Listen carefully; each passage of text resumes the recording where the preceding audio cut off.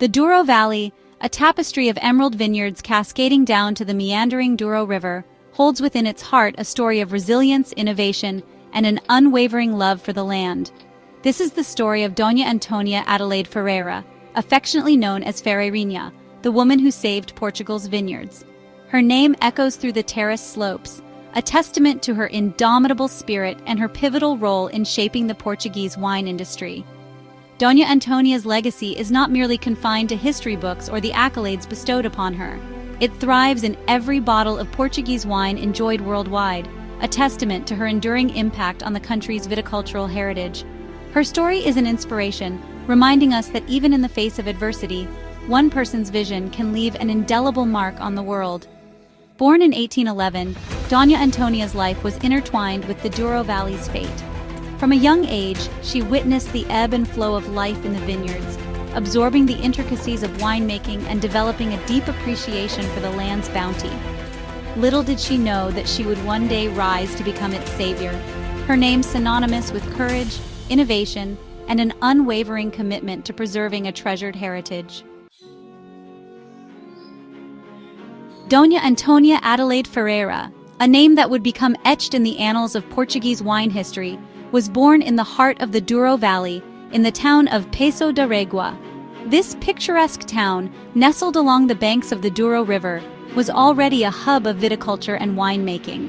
The year was 1811, a time when the region was already renowned for its production of port wine, a fortified wine that would later gain global acclaim. The Douro Valley, with its terraced vineyards and unique microclimate, provided the perfect conditions for cultivating the grapes that would become the essence of this celebrated wine. Port wine, with its rich, robust flavors and deep, complex aromas, was a symbol of the region's heritage and craftsmanship. It was a product that required not only the right environmental conditions, but also the skill and dedication of the people who produced it. Growing up amidst the rolling vineyards and the rhythmic flow of the Douro River, Dona Antónia's destiny seemed intertwined with the fate of the land and its precious grapes. The landscape of the Douro Valley, with its steep slopes and winding river, was more than just a backdrop. It was a living, breathing entity that shaped the lives of those who lived there. Her family, deeply rooted in the wine trade, instilled in her a profound respect for the land and the traditions of winemaking. They taught her that the process of making wine was not just a business, but an art form, a tradition passed down through generations. From a tender age, Dona Antónia displayed a keen interest in the family business, often accompanying her father to the vineyards and cellars. She was curious and eager to learn, absorbing everything she could about the intricate process of winemaking. She absorbed the intricacies of viticulture, learning about grape varieties, soil compositions, and the delicate art of transforming grapes into fine wine. She learned about the importance of timing in the harvest, the nuances of fermentation, and the patience required for aging the wine to perfection. While societal norms dictated that women should confine themselves to domestic duties, Dona Antónia's inquisitive mind and strong will refused to be limited. She was determined to break free from the constraints of her time and carve out a place for herself in the world of winemaking. She possessed a natural business acumen and a thirst for knowledge that extended beyond the traditional expectations of her time. Her intelligence and drive set her apart, and she was not content to simply follow in the footsteps of others. She wanted to forge her own path. Her father, recognizing her intelligence and passion, nurtured her interests, providing her with an education that extended beyond the conventional teachings for girls. He encouraged her to explore her interests and develop her skills, knowing that she had the potential to achieve great things. Dona Antónia's journey was just beginning, and her story would become one of resilience, innovation, and triumph. She would go on to become a pioneering figure in the world of Portuguese wine, leaving an indelible mark on the industry and inspiring future generations.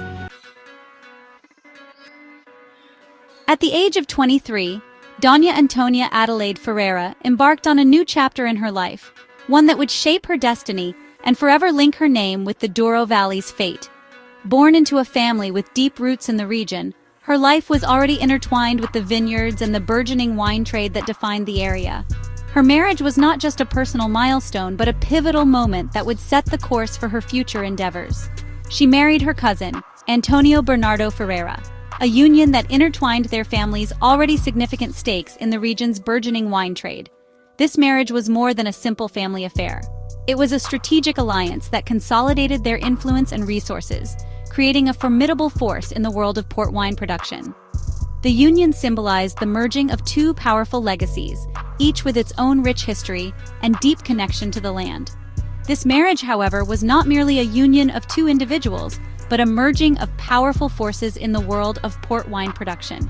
Together, they worked to expand their vineyards, improve wine production techniques, and increase their influence in the market. Their combined efforts led to innovations that would set new standards in the industry, making their wines highly sought after both locally and internationally. The weight of legacy and responsibility fell upon Dona Antonia's shoulders earlier than expected. She was not just a wife, but a key player in their business, deeply involved in the day-to-day operations and strategic decisions.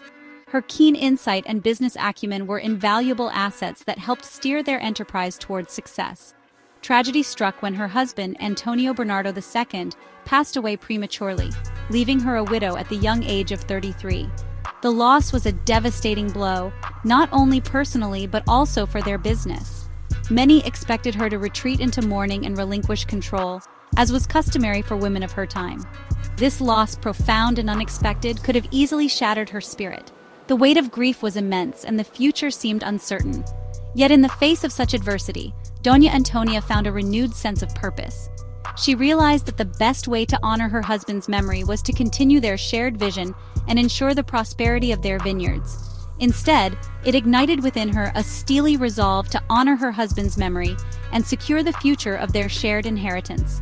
She took on the mantle of leadership with a determination that defied societal expectations. Her resolve was not just about maintaining the status quo, but about pushing boundaries and achieving new heights. Defying societal norms that often relegated widows to the shadows, Dona Antonia stepped forward with unwavering determination. She immersed herself in every aspect of the business, from the cultivation of the vines to the intricacies of wine production and marketing. Her hands-on approach and innovative ideas breathed new life into their operations. She assumed control of the family business, a bold and unprecedented move for a woman in 19th-century Portugal. Her leadership was characterized by a blend of traditional wisdom and forward-thinking strategies. She invested in modernizing their facilities, improving the quality of their wines, and expanding their market reach. Her decision was met with skepticism and resistance from some quarters, but Dona Antonia, armed with her sharp intellect and unwavering belief in her capabilities, refused to be deterred. She faced numerous challenges, from navigating the complexities of the wine trade to overcoming the prejudices of a male-dominated society. Yet, through it all, she remained steadfast, transforming her family's business into a legacy that would endure for generations. Taking the reins of her late husband's estate, Dona Antónia Adelaide Ferreira faced a daunting challenge. The vineyards were in disarray, and the traditional methods employed were not yielding the best results. Many doubted her ability to manage such a vast estate, especially as a woman in the 19th century. The Douro Valley, while renowned for its port wine production, was steeped in traditional practices, some of which hindered progress and limited the region's full potential. The landscape was rugged, and the climate posed significant challenges to viticulture. Yet it was this very environment that Dona Antonia saw as an opportunity for transformation. Dona Antonia, however, possessed a rare combination of respect for tradition and a visionary zeal for innovation, a blend that would prove crucial in transforming the Douro Valley's winemaking landscape. She was not content with merely maintaining the status quo. She sought to elevate the quality and reputation of Douro wines to new heights. One of her first undertakings was to modernize the family's vineyards, introducing new grape varieties that she believed would thrive in the Douro's unique terroir. She meticulously selected grape varieties that were resilient and capable of producing superior wines, understanding that the right grapes were the foundation of exceptional wine. She experimented with different planting techniques, studying the slopes and soil compositions to optimize grape quality. Her approach was scientific and methodical, involving detailed analysis and careful planning. She understood that the interplay between soil, climate, and grape variety was crucial to producing high-quality wine. Her vineyards became a living laboratory, a testament to her willingness to challenge established norms in pursuit of excellence. She encouraged her workers to adopt new techniques and to be open to experimentation, fostering a culture of innovation and continuous improvement. Dona Antonia's innovative spirit extended beyond the vineyards and into the cellars. She recognized that the winemaking process did not end with the harvest. It was equally important to refine the techniques used in the cellars to ensure the highest quality of wine. She invested in state-of-the-art winemaking equipment, embracing technological advancements to enhance the quality and consistency of her wines. This included modern presses, fermentation tanks, and aging barrels, all designed to bring out the best characteristics of the grapes. Her cellars became a hub of activity, buzzing with the energy of experimentation and the promise of progress.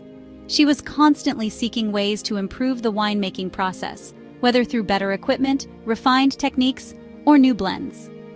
Recognizing the importance of collaboration and knowledge sharing, Dona Antónia established connections with leading viticulturists and winemakers beyond Portugal's borders.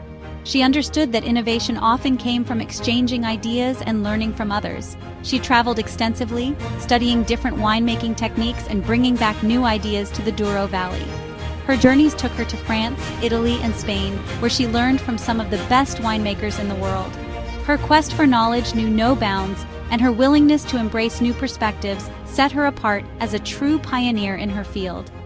Dona Antónia's legacy is not just in the wines she produced, but in the spirit of innovation and excellence she instilled in the Douro Valley, a legacy that continues to inspire winemakers to this day.